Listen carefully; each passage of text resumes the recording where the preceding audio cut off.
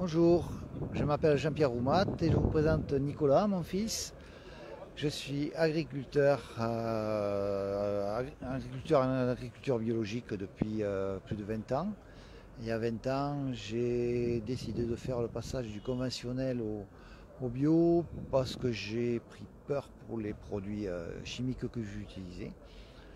En effet, à cette époque, on commençait à avoir des indications sur la dangerosité des produits, mutagènes, cancérigènes, etc.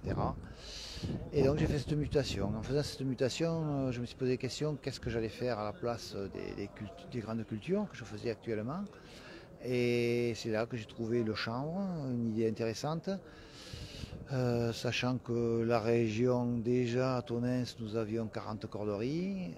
J'avais un arrière-grand-père maître cordier. Et la propriété que j'exploite, il y avait marqué Canaval, donc c'était là où il faisait déjà du chanvre. Donc j'ai rien inventé du tout. Ça fait 20 ans que tu as de l'expérience donc sur la culture du chanvre et ton fils lui aussi s'est mis au chanvre.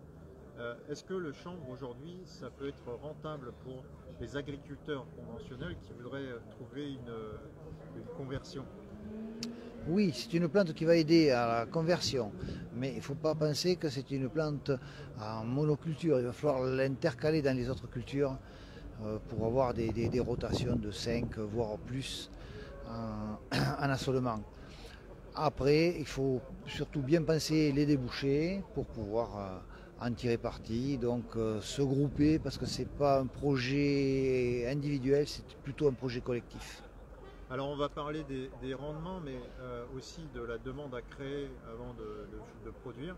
Alors pour les rendements, tu me disais que tu avais une augmentation des rendements de pommes de terre, c'est ça? Voilà, pour les rendements des cultures qui suivent sont améliorés.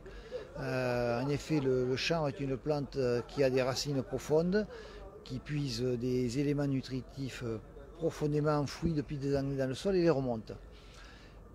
En bénéficie la culture suivante. Souvent, on a des augmentations de rendement de plus de 20% sur la culture qui suit le chanvre.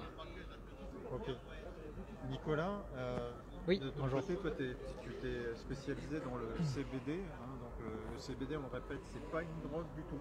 C'est une substance qui permet le bien-être, mais il Exactement. n'y a pas de côté psychotrope. Exactement, oui, il n'y a pas du tout d'effet psychoactif. Là, on est vraiment sur une extraction des principes actifs de nos champs, en fait, de notre chanvre, pardon.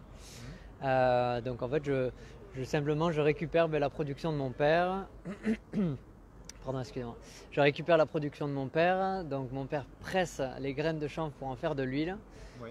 Et on fait de l'extraction de nos fleurs de chanvre pour du coup en faire un mélange avec de l'huile de CBD à spectre complet, donc un produit le plus brut possible, le moins transformé et qui garantit en fait une efficacité une efficacité pour la personne et l'utilisateur. Alors ici, on est au salon du CBD, donc j'ai Oui. l'impression qu'il y a quand même une explosion de la demande du CBD aujourd'hui, donc c'est plutôt un nouveau marché.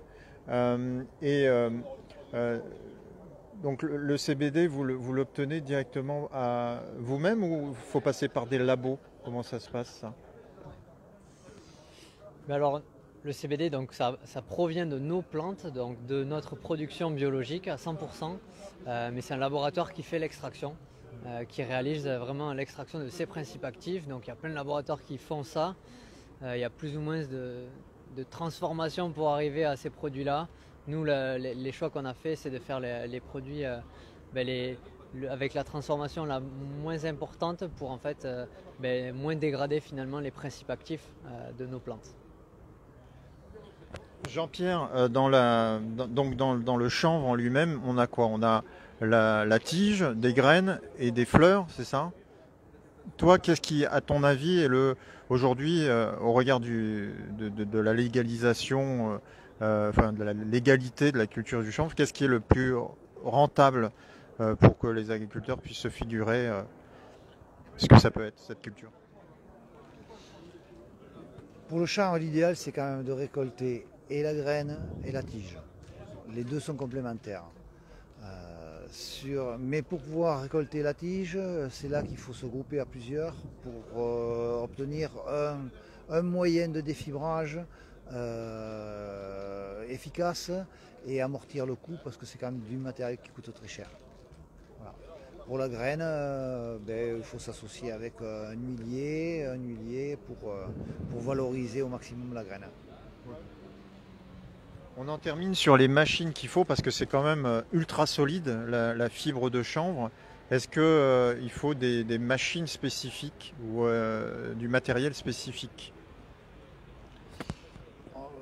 Du matériel spécifique, oui, ou au moins du matériel préparé pour la culture du chanvre parce que c'est une fibre extrêmement solide.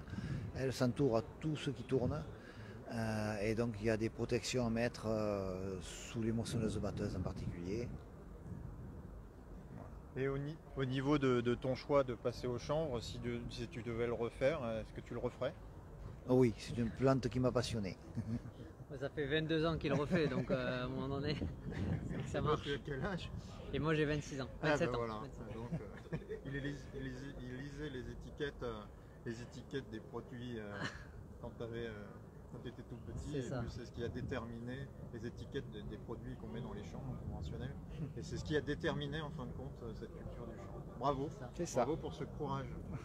Merci. Merci. Merci beaucoup.